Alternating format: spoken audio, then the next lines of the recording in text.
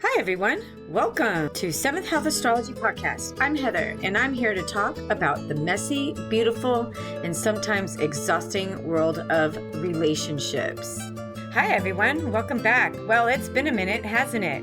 Hey, so sorry. Listen, life seriously happened to me. I finished the toughest college semester of my life. Now, mind you, I don't do math, and I did, and yes, I passed, believe it or not. The math wasn't the monster. It was actually analyzing the data. But because of that, I had to put the podcast on pause. Between work and school, there just wasn't enough time in the day. And again, I apologize, and thank you so much for all the people that have hung there with me. I just want to give a note that there's been construction going on across the street from my house, and I can't make it stop.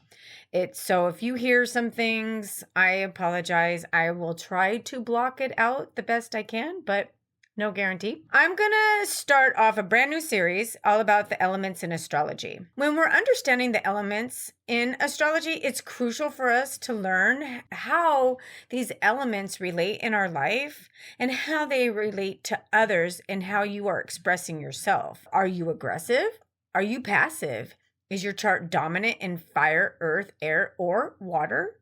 Or just as importantly, what element are you missing? Okay, so astrology note here. If you are completely missing an element, let's say earth for an example, it means the houses holding Taurus, Virgo, and Capricorn don't have any planets in those signs. They're just empty signs and houses. But, don't think they're always empty. There is this thing called transits, and sometimes planets rent space in your house for a bit. Sometimes they teach you something. Sometimes they can be pesky guests who last for years. Sometimes they can be wonderful guests you don't want to see leave. Also, there is a thing called rulership. So whatever planet rules the sign is extremely important. I was told to look at the ruling planet as like the landlord of that sign and house. Okay. What sign and house the ruling planet is occupying will also activate those signs and those houses. So never ever fear that an empty house means that area of life is empty for you. Sometimes, depending on the planet that is occupying said empty house, can make that area of life pretty lively and pretty loud. Okay, back to the missing element of earth energy. This could be a person who maybe lacks a little bit of practicality and, they're not very detailed. They might live in a total dream world. They can be the fly by the seat of the pants types of people instead of being, organized. Does managing finances, checking bills, creating stability, or thinking before reacting sound like a bore? Yeah, if that sounds about right, you may have a missing earth energy. Without that grounding earth element, they can be a bundle of flighty, forgetful, and slightly irresponsible energy. But here's the beautiful thing about astrology and the universe. We usually attract the people who have that element we lack. I have a missing element myself, and guess what? Everyone in my inner circle is so dominant in that exact element that I am missing. I need those people in my life. You have no idea how much I need them. So it is really, really important when we're thinking about like our temperament, because that's really what the elements are about. They kind of tell us our temperament when it comes to stuff. Today, we are starting with the fire element. And I'm going to start with the baby of the sign, Aries, and its ruler, Mars. Before we start, let's think about fire for a second. Fire ignites. It isn't stagnant, no. No, it moves, and it moves fast. It feeds on oxygen, and it forces its way through whatever direction it pleases. It's hot, fierce, dramatic, and it moves with force as the flames rise higher and higher. Now let's think of the fire energy and how you feel this energy running through you physically. One way is to think of your passions. How do you feel when you're passionate about something or someone? Think of when you first meet someone and you're attracted to them. Your heart begins to pound in your chest, right? And your body temperature rises and you're like, oh my gosh, I'm feeling so hot for this person. You're generating heat, yeah? That's fire energy. Or Or when you're pissed and you begin to feel angry, again, you feel that heat of your body rising, the blood pumping your heart, and even your head gets hot, right? That's the fire element running through your body. Also, fire is what drives you, what puts the heat under your ass to keep you moving forward, no matter how many times you fall. Fire gives you the courage to get your ass back up, okay? Because we all fall, right? We all have to fall in order for us to understand when something's kind of not working. Yeah, because Aries is the first sign of the zodiac. It rules the physical body. Aries people can, express themselves emotionally. They gesture, they talk loud, they're energetic people who run circles around you. They are assertive, they go after what they want, they initiate action. There is so much will, drive, and energy when it comes to how we psychologically use Mars and or Aries energy. Now, I love focusing on the positive side of Mars and Aries because Mars is technically a malefic planet. It can be a tough planet to handle, especially if you're angry, sad, resentful, or depressed. It can affect you in a negative way, even if you are aware of that Mars energy, even if you're on your highest timeline. You can know that Mars transit's coming, but you don't know how it's going to hit you. You can just be prepared, right? I will talk about the positives and the shadow sides of Mars and Aries energy because, one, especially the positive side, it doesn't get talked about enough. And if we are aware that we have this beautiful, strong Mars positive energy, we can tap into the possibilities of what courage, drive, and action can bring us. Many people are hurting, and hurt people, and that is that shadow side of Mars. I'm going to begin with the positive side of Aries and Mars. It's masculine energy, and that has nothing to do with gender. It's just energy. I have a ton of masculine energy, but I'm also very girly. We have both energies, and we just express them in different ways because they're in different signs. Okay. A fire, Aries and Mars, it finds joy in the pursuit. Aries loves the thrill of a catch, not necessarily the catch. Okay. Got to watch that, Aries. Aries fire brings romance, adventure, and need for change. Aries moves fast, doesn't hold grudges, and is incredibly self-driven, assertive, direct, and authentic. They are dynamically affectionate, fiercely loyal once they are committed, free-spirited, and pretty passionate. They are leaders, ambitious pioneers. They are fearless, confident, enthusiastic, optimistic people. Yes, you Aries are amazing. Mars also brings our sex drive, lust, and our libido and our willpower. Mars is what turns us on. Yeah. Mars in Aries is raw animal instincts, willpower, and how we survive.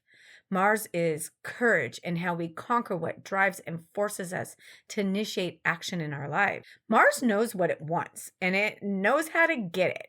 Okay? Mars is our competitive side that has us assert ourselves to reach our goals. Mars is just as much as Saturn goal-oriented, but here's the difference. Saturn has a little bit more structure to stick with it. Mars and energy isn't known for sticking through something. They like to start things and then delegate the stuff to other people, and then they bounce out. That's why they're great leaders, They lead people. They start the adventure. They start whatever it is that they need to do, and then other people help them finish it. That's Mars energy. But where there is light, there is always a shadow cast, right? The shadow in psychology represents our unconscious parts of ourselves, the traits, impulses, and desires that our ego represses or rejects. It's the side we don't see, which means it's exactly what we project onto other people. And we all project whether we realize it or not. When Mars and Aries slip into that shadow, we get impatience and impulsivity, aggression and self-centeredness, arguing, laziness, clumsiness, irritability. They can lack other people's opinions and viewpoints. Mars shadow can be violent tempers, physical abuse, relentlessness, rudeness, self-centered. Mars likes to fight, okay? Mars is also competitive, and that energy can be used for good or bad. When Aries doesn't get their way, they can become temperamental, arrogant, dominating, and incredibly headstrong. And they can really hold on to rage. They like to be first. They need to win. And if Aries has Mercury conjunct squaring or opposing Mars, forget about tact. Okay? They can be blunt, like brutally blunt. They can lack effective communication and can ignore, like I said, other people's opinions and perspectives. Sometimes they can live by the motto, react first and then think later. Yeah. It's probably why they get in trouble a lot. I mean, yeah. It's the baby of the zodiac. I mean, they're learning, right? When we are unconscious of our triggers, we do react. And that Mars is pure reaction. Now, the shadow side, we can always reverse this energy, right? More of Mars shadow can be expressed through conflict, tantrums, control, outright ruthlessness. Mars is pure me energy. And if used incorrectly, it causes damage. And remember, people, energy is a boomerang. What we put out will come back and hit us. Oh, yes, it does. I don't see karma as like that. That's just energy. Okay, call it karma if you want, but I look at it as just energy. The energy you put out is the energy you're going to get back. Okay, think about that in your behavior. If you are an Aries and you find yourself struggling in your interpersonal relationships and communication, look to your opposite sign of Libra. Yeah, Libra. To find the balance. Look to see what house Libra's in. For example, let's say Libra's in the 11th house. You can look to your friends and see their viewpoints and perspectives without having to give your opinion or input. I know it's hard. It was so hard, but you can do it. If Libra's in the 7th house, you can learn from your partners. Libra in the 6th house, you can learn to find balance through your coworkers or by serving others.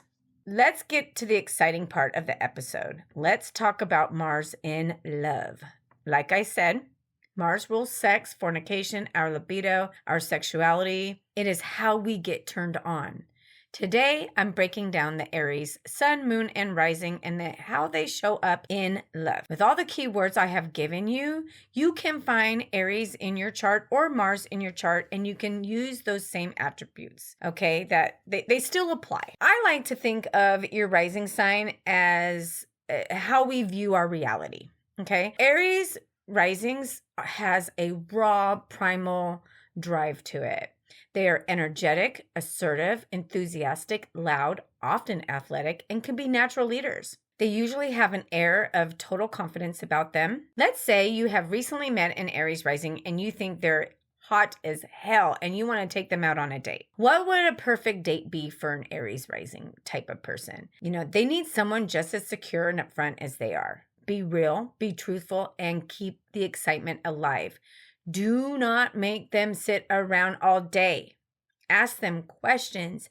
Be interested and invested in them. Remember, Aries is me energy, and if you're not paying attention to them, they will find it elsewhere. Part of the date needs to be about them. Don't ignore an Aries. Also, remember, Aries likes a bit of competition, so you can give a little, because if they like you, they will want to pursue you. So don't divulge everything on the first date. Keep them interested. Aries in love, they do like to chase. They like that chase. Aries risings, they may rush in to chase someone who needs saving, play the hero, and then they'll get bored and zoom off to the next adventure. Stagnation is a fireball waiting to explode for an Aries. Keep the relationship on fire. They can burn out quickly. And they can be a bit bossy. So what is an Aries rising like in bed? They want to take control and take the initiative, but they also want you to take action, okay? Don't always let them be the initiator. They may make the first move since these people are incredibly bold and brave. Those are other Mars keywords that I may not have mentioned. Since Mars and Aries don't live in the past, they are all about the present moment. So feel them, taste them, touch them. They will love this. Mars also rules the head, so grabbing their face and kissing them hard will just drive them wild, or caress their face and tell them how gorgeous they are. I mean, yeah, they'll love that. Their libido will be on fire and is strong and is always ready to go. Just remember, Aries likes competition, so be as assertive in bed as they are. Keep it exciting and new. If you are an Aries who is not aware of your wounds and slip into the shadow of Aries, this could be when things can go wrong. Remember, Aries is me energy, and when used correctly, it can be a wonderful thing, but when used for selfish reasons, it can go terribly wrong. Also, remember, Aries needs change, not meaning people, but activities.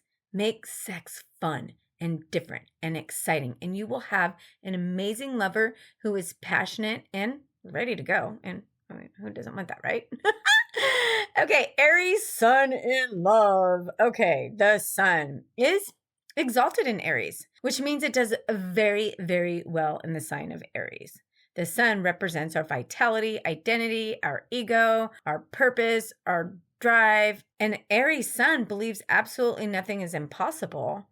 They are fiercely independent, but as the baby of the zodiac, they can get incredibly childish when they're in their shadow. For Aries Suns, they are learning to become independent. So sometimes as we learn, we fall and we have to pick ourselves back up again. Give them some slack. It's a lifetime of learning for Aries Sun. Let's say you caught the eye of an Aries Sun and you want to ask them out. What would it be like? What would be the perfect date for them? First, avoid taking them to a dark, quiet movie theater where they can't move or talk. Instead, take them on a cute hike. Maybe take them on a cute, exciting hike, not one where they're dying at the end, especially if they spend hours getting ready for you. Oh, no, don't do that. That'll just piss them off. Okay? And then you'll see the nasty side of Aries. Or you two can explore a trendy new restaurant. Aries likes new things. Look to see if there's anything new going on in town. Surprise them with something they haven't done before. But most importantly, expect an adventure or create an adventure for them. Or if they're not the adventurous type, because not all Aries are adventurous, ask them what ignites them and then listen. Also, shine a light on them. Make them feel they are number one. They like flirting. They are direct. They get straight to the point. Like, let's just take the clothes off kind of energy. Like, who's taking it slow and raiding around said no Aries ever. No. They also like spontaneous hookups and one-night stands. So yeah, Aries Sun babies, wild you are. Let's say you love an Aries Sun. Remember, they're learning how to be courageous. They're learning how to become an Aries. They might ruffle some feathers along the way. They love hard and they go all in. Once they have decided to let you into their life, they will be loving and they will let you know it. Aries will want some control. And if this is you, Aries, look at your opposite sign of Libra and see where you can create some balance. Balancing can be hard for Aries Sun people. Okay, we all know Aries, some people can have moods. Yep. So if, this Aries Sun is in a grumpy mood, give them some space to release that energy. They bottle up, they will explode like a volcano. So give them some space and they will eventually come around. If they need you as the person to vent, let them. They need to release their anger or frustration. It'll be good for Aries and less slipping into that shadow energy. What do they like in bed? Well, they like to dominate. Aries Sun can get irritable with passive partners. Sex needs to be hot. Remember, Aries is fire energy. Don't just lay there. Give them some play. Again, Aries gets bored with the same old, so mix it up. The Sun in Aries may not have the confidence as the rising sign, but in time they will. Make them feel seen. They will probably like a little, hair pull. If you know what I mean. They might even like a little spanky. Yep, they would like that. Maybe a little BDSM. Who knows? Hey. Everybody likes what they like. No judgment here. They may not be into super foreplay because they are ready, So if they are like the spanking type, they might be already spanking you before even the clothes come off.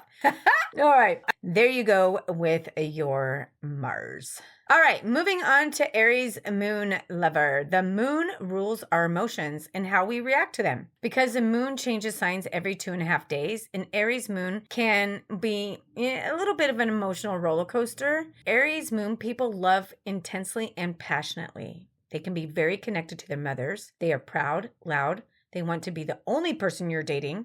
Remember, Aries me energy and Aries moon you do not want to cheat on. Aries cuts. Mars rules cutting and sharp objects. And Aries moon, you piss them off, they'll cut you right out. And when you disrespect an Aries moon, you will be cut out so fast you won't even realize it. They take commitment seriously because remember the Aries me energy, right?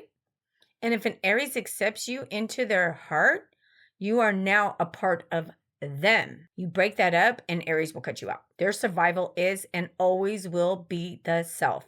Since their moon is in Aries, all key terms I gave you will be fueled by their emotion. They may not be the super cuddly person, but they connect intensely through physical attention. An Aries moon will let you know through their physical actions how they feel about you. Their love language might be touch. Now, let's say you've met this really hot person and you find out they're an Aries moon and you're like, yes, I'm so ready for this ride. And you ask this person out on a date. What would the date be like? First of all, again, just like with the rest, ask them about themselves, make them feel wanted and heard. If they feel ignored, they'll remember that there are plenty of fish in the sea and do not have the patience to watch you swim back and forth. Aries is me energy, and I'm repeating this so it drives home. If you're not asking questions or showing interest, then that other fish swimming by will get their attention and they will replace you. Make them feel like they're the only person in your sight. Disrespect for an Aries placement is a big no-no, and everyone has Aries placements. Everyone has Aries and or Mars in their chart. Look at your chart and see where Aries is occupying your chart, and that is the area of life you need to be respected. So let's say it's in the 10th house. You could be someone who wants respect in your career, for example. In the 11th, you want respect from your friends and community. The 4th house, your family. The 7th house, your partners. 9th or 3rd could be your teachers. In love, they love deeply. Once they are in love, they will love you like themselves, but you need to give them space. Aries, anything cannot handle being smothered. When an Aries moon is hurt, they have full-blown adult temper tantrums. Also, trying to lock them down or control them, don't even try it. They value their autonomy over everything. If you try to dominate them, they will cut you out so fast your head will spin. Remember, cut. Love them with everything and make them feel safe and number one. And you will have a devoted, exciting lover. In bed, they need to be adored and complimented on how sexy and independent and successful they are. Aries is the body, so they need to know they are sexy and desired. Stroke their ego, and you will unlock one of the best lovers of your life. They may or may not be super dominant, like the sun or rising, but they will get bored if the sex is always the same. Sexual desire is a direct reflection of an Aries moon's current emotional state. So when they set their sights on you, it will be their mission to conquer that quest. Be vulnerable. That's a moon keyword. Being vulnerable to them will also turn on their libido. Aries moons differ a bit than the sun and rising, who like to dominate. An Aries moon loves when their partners take the reins and does nothing but adore them. They need to be craved. This will turn them on so much, I promise you. Aries moons need to feel wanted, secured, and needed by their partners. Again, make your Aries love number one. As you can see, there's a common theme is that Aries energy is driven, passionate, assertive, and a little self-centered and intensely focused on pursuing its desires. Aries love will need to be kept exciting and new. Date each other. If you're an Aries or you love an Aries, keep the passion and heat building. That fire will need tending. And it's when we forget to feed the fire that what happens? The heat burns out, right? the fire burns out. Think about that. Remember, we need to always keep the fire burning to keep the heat going. Yeah, and we fall in that, and it's nobody's fault that we fall in that. We just do. Okay, we all have Aries somewhere in our charts. Look to the houses that Mars occupies and the house that Aries occupies. This will show you where and how the energy is playing out in your life. As I've said in previous episodes, that these are the general attributes of an Aries and Mars energy. Aspects from other planets play a huge role in how these two energies are expressed. If you find that you lack drive and desire to pursue passions, you may have other planets that may be influencing that energy. Mars is in its fall in Libra, so Mars in Libra will not have that same expression. Mars in Cancer is passive. Mars is in detriment in Taurus. Taurus, for example, is slower energy. Taurus is grounding, and Mars plows through whatever sign it's visiting. You can see how Mars energy in these signs do not express themselves in the same way. Mars in Pisces is another example. I love giving this example about Mars in Pisces. I say, Mars is like a fireball floating on top of the ocean. How much strength do you think that Mars fireball will have in the big, humongous ocean? Not so much, right? If you want to dive deeper into your personal relationships, I offer personal birth chart readings and couple synastry readings. Links are in the description box below. I am currently working on a new website as I do not trust the company that I was with. I do not want to give my money to a company I do not trust. So I'm in the process of finding a new website that will work for me. But you can email me if you are looking for a reading, and I can then email you back with any of the information. Also, you can also email me if there is any planetary pairs or any signs you want to, have to learn more about. Let me know. Also mentioned in the first episode, I am the president of San Diego Astrological Society, and we have an event every second Friday of every month. If you want to attend live, please visit SanDiegoAstrology.com in the show notes. And if you are not in the San Diego area, that is okay, because we host our events on Zoom, so anyone in the world can attend. For more details, log on to SanDiegoAstrology.com. I think our next guest is going to be Haley from Haley's Comet, talking about Chiron in Taurus. So if you're interested in that, please go onto, again, SanDiegoAstrology.com. Website will be in the note. Thank you again for watching. Don't forget to like and subscribe, and I'll see you on the next episode. Bye.